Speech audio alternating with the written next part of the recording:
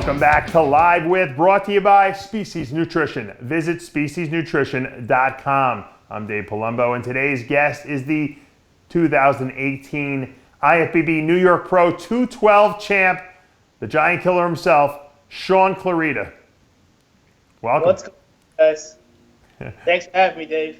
After that booming introduction, I wanted a much more powerful. What's up, Dave?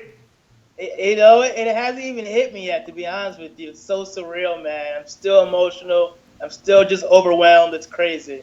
But yeah, I'm excited. Thank you. Now, 3 years. 3 years ago, you were third. Last year, you were second. This year, you won. I mean, you and I have talked over the years. I mean, we've seen you. You used to come to all the Bros vs. Pros in New York, and you were always saying, "Man, I'm gonna win it. I'm gonna win it one of these years." And you know, I always believed in you because I saw that killer instinct in your eye. But a lot of people probably never thought, you know, coming off a guy who was competing as a bantamweight at one point, that he was never going to be able to do it. Is this redemption for you? Do you feel like you've been validated by winning this show? Absolutely, man. This show. I said, if I win this show, this is gonna put me on the next level.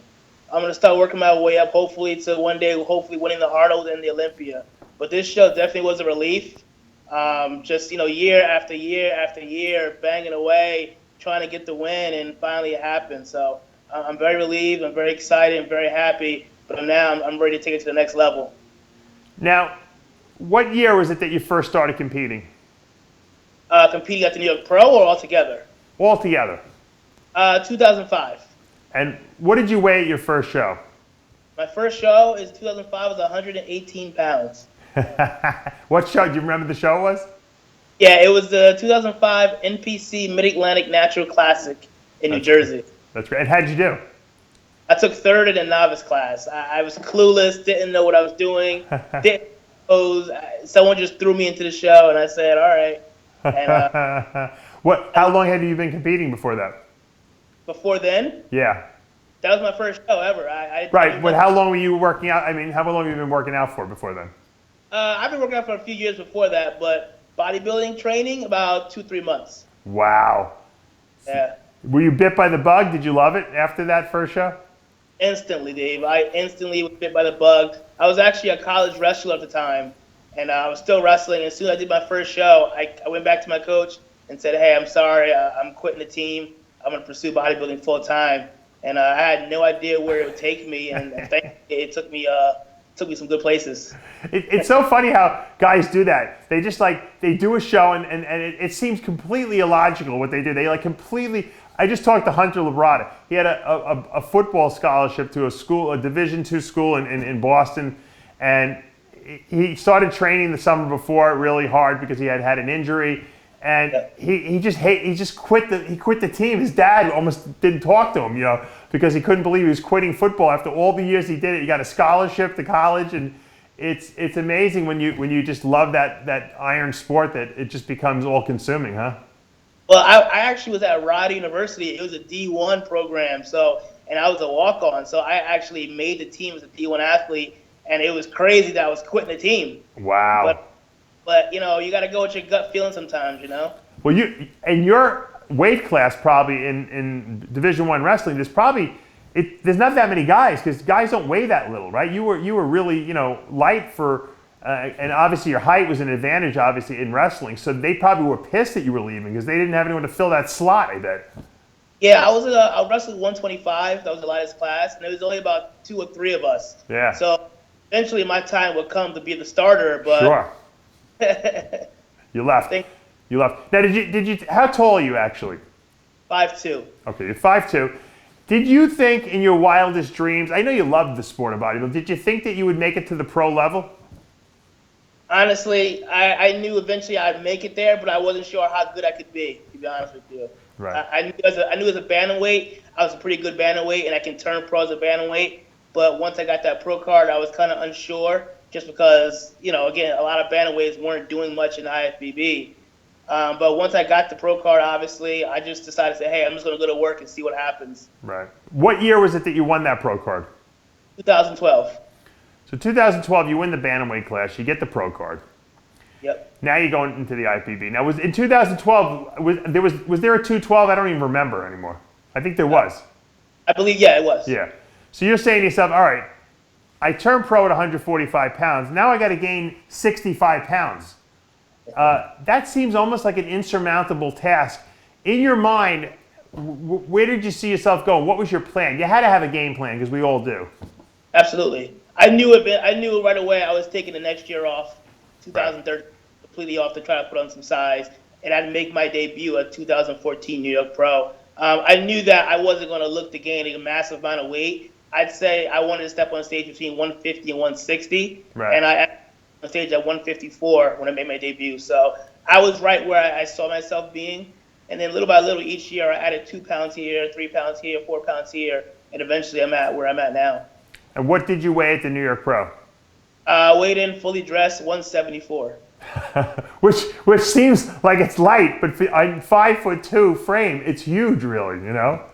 Yeah, I mean it's a solid 170 pounds. Yeah. Ultimately, where would you like to see yourself weighing? Because, you know, at some point, you can get too big, you know, for your frame. How much more muscle do you think you can hold on that frame of yours? Realistically, I don't see myself ever getting close to 212. I think if I can step on stage between, I would say, 185, 190, solid, I think I'll be good. Okay, I think that's reasonable. When you get to that point, you'll think you want to get to 200, guaranteed. Because that's the bodybuilding mentality. All right, so you go to New York Pro. Let's talk about the show. Because you've had some good years. A lot of people thought you could have placed higher in years past at shows. You've had very close calls. So we know the sport of bodybuilding. It's frustrating. You have to just keep coming back better, and that's what you seem to do every single year. You had a really tough battle up in this on the New York Pro stage because you had Zane Watson, who obviously was a 212 guy, but he probably weighs 220, you know, before he gets to weigh in. You have a guy that's huge here. Was it intimidating for you? Did you feel like, oh no, here we go again, another second place? You know what? Zane and I have been battling since 2014.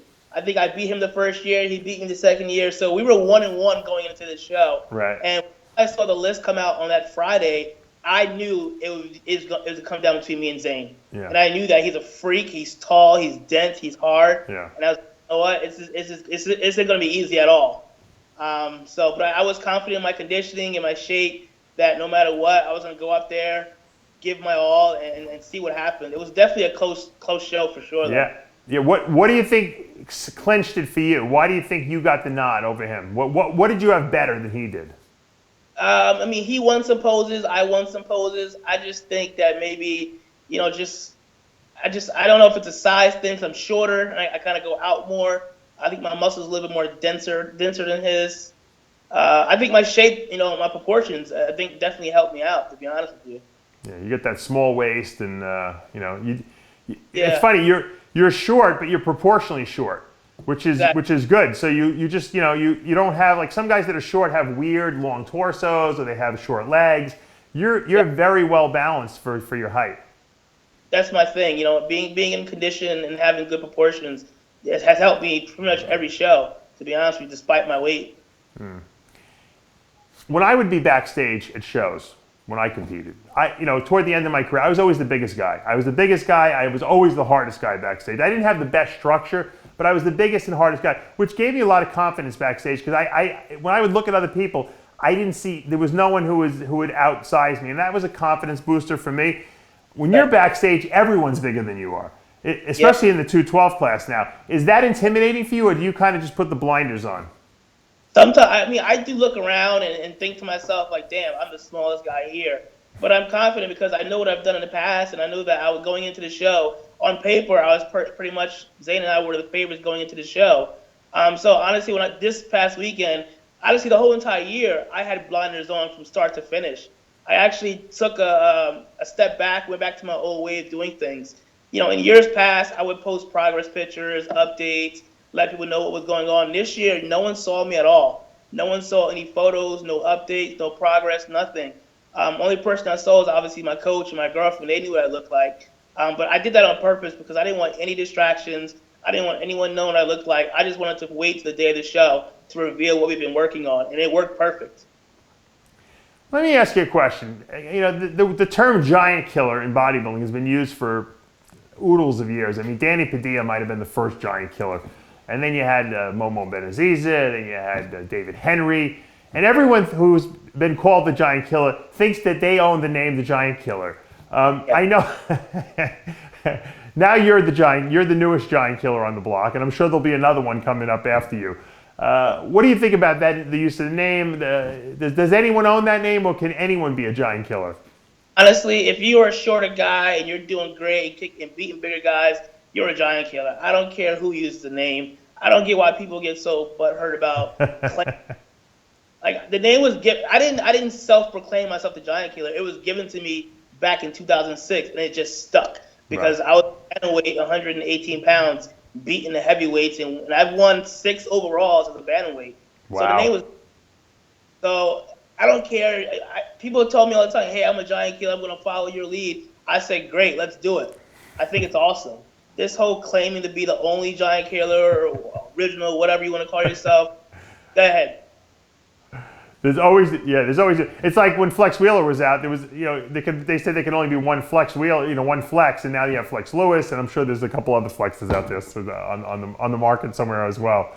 It's a name, Dave. It's not that serious. That's right. You know what someone's got to do, all these Giant Killers out there who are proclaiming themselves the original Giant Killer, someone should go trademark the name already, and then they could really say they're the Giant Killer, Well, honestly, I did trademark it, but I don't care. Oh, you did? That's awesome. Look at you. I've trademarked it, obviously, for clothing reasons, so I did trademark it, but I'm not that guy. If you want to use it, by all means, please do. Oh, wow. Well, that's very nice of you. I guess you're the smartest guy business-wise out there, that's for sure. Oh, yeah. I knew already to do that. You know why? Because someone else would do it and they would make you stop using. That's why you had to do it. Yeah, exactly. So what's the game plan now? Just wait for the Olympia, or are you going to do Toronto? No, the plan was to come into New York, get the win, and get the qualification and shut it down. This prep was tough, and I definitely need a break, about a week or 2 off from the gym, from the diet. But we'll kick things back up in about a week or 2 and go right into the Olympia. Now, what's the plan? Are you looking to come in bigger for the Olympia, or are you looking to just pretty much bring what you brought to the New York Pro stage? I want to bring pretty much a little bit closer to what I brought this past weekend, a little tighter in certain areas. I know I could be a lot drier in like my lower back, my abdominal area, but we're not looking to put on a massive amount of weight. We focus a lot on conditioning for this show, and so my weight came down significantly a lot before we started carving up a little bit. So I'll be maybe 1 or 2 pounds heavier, if that. But a little bit crisper, tighter in certain areas, and I'm definitely looking to make a battle for that top 5 spot. Question, here it is, the controversial one. Can you win the Olympia? Can I win Olympia this year? No. Can you win the Olympia? Absolutely. Is that the goal? Absolutely. That's always been the goal. How do you think, what would you be happy with at the Olympia this year? The goal is the top 5 finish. Okay, I think that's reasonable. I think it's very reasonable. Who do you see as your main competitors? Who do you feel are the top of the crew at this point?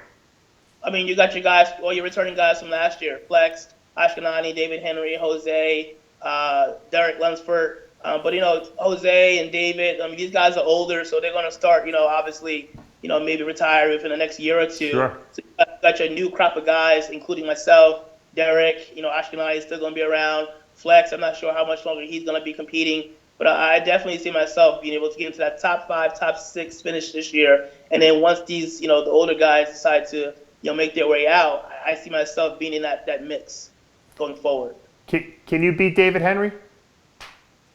I have yet to compete against them, like, side by side. Yeah. I would like to see that happen this year. I think you guys would match up well now. I think you absolutely would. And I think that everyone wants to see it. Giant Killer versus Giant Killer, right? I'd love it. 2-man call out. I'm calling for it right now. 2-man call out, guys. We want to see it. Giant Killer versus Giant Killer on that Olympia stage. Dave is a legend, man. He knows that. I told him that. I think he's a great bodybuilder, and I've followed him over the years.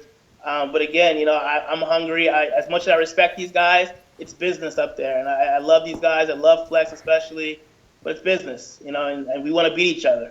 Absolutely. Off stage, friends and our family and everything, but on stage, it's all business. Well, Shaun, I want to just congratulate you on the huge win in New York, and with all the momentum you got going into this Olympia, it's got to feel great. Enjoy it, revel in it. It doesn't last long, but you certainly earned it. What a tremendous career you've had, up from 118 pounds to 176 pounds on that New York Pro stage to get the convincing win over Zane Watson.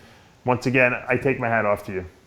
Hey, I appreciate that, man. Long time coming, right? Yeah, absolutely. It's good to see a good New York, New Jersey boy make good. So you'll keep us updated, and best of luck. How do people get in touch with you? All over Instagram. My Instagram name is Shaun Clarida, or you can find me on Facebook as well as IFBB Pro Shaun Clarida. All right, you heard it there. Shaun Clarida, your New York Pro 212 champ. For now that we're out of time, I'm Dave Palumbo with another edition of Live With.